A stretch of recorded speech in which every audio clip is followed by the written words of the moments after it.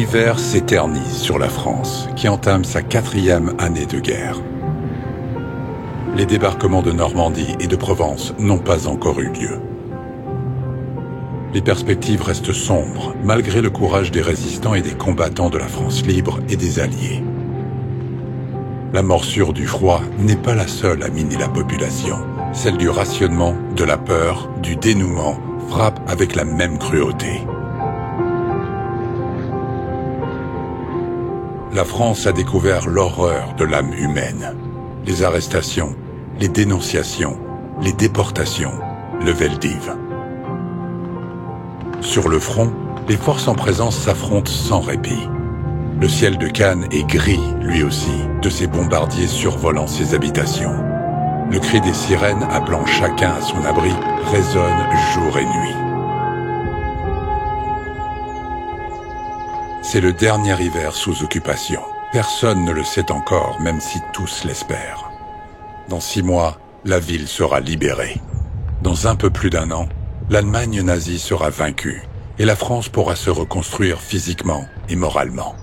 Il faudra relever les ruines, toutes les ruines.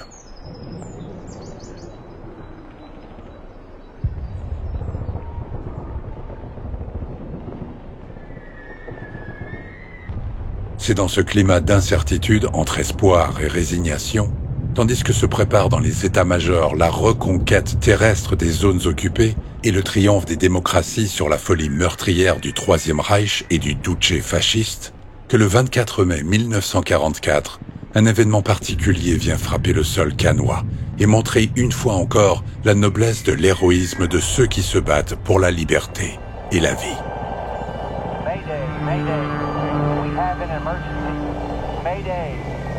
Un bombardier américain, le B-24 Liberator, participe alors au bombardement contre les forces de l'Axe quand il est touché par la flak, l'artillerie anti-aérienne allemande, tandis qu'il franchit les côtes de l'Esterel.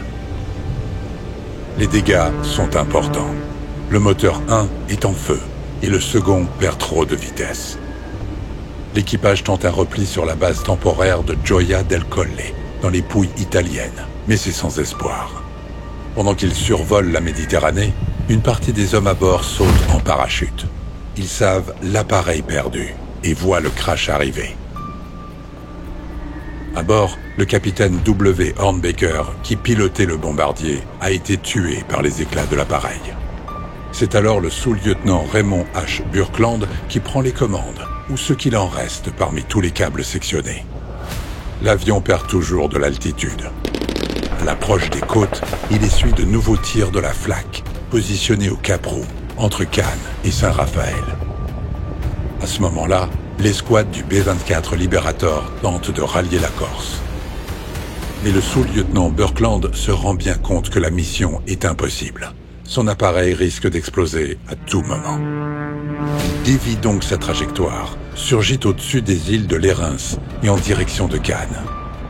Dans un ultime effort, il se dirige vers la colline cannoise de la Croix-des-Gardes pour éviter une catastrophe sur la ville, quand de nouveaux tirs anti-aériens s'abattent sur la carlingue. Sa course folle s'achève au milieu des arbres. Seul le corps du pilote et un autre corps non identifié sont trouvés parmi les 10 membres de l'équipage. 4 sont portés disparus et 3 autres sont faits prisonniers de guerre. «